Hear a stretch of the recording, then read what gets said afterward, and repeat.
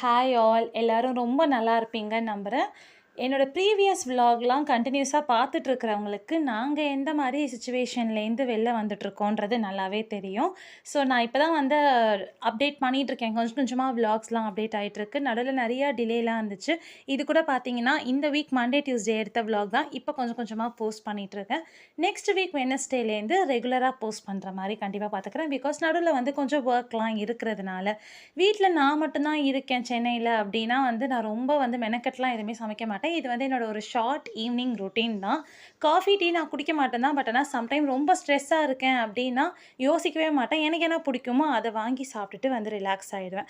நாங்கள் இருக்கிறது மாடி வீடு அப்படின்றதுனால வெயில் ரொம்பவே இறங்குது உள்ள. 4 ஃபேன் மொத்தம் ஓடுது ரூமில். அந்த 4 ஃபேனோட காற்றையும் தாண்டியே எங்களுக்கு வந்து வெயில் ரொம்பவே ஜாஸ்தியாக இருக்குது. சரியா தூங்கவும் முடிய மாட்டேங்குது. எங்களை மாதிரி உங்களுக்கு எப்படி சம்மர் போயிட்டுருக்குன்னு மறக்காமல் கமெண்ட் பண்ணுங்கள். பாய்.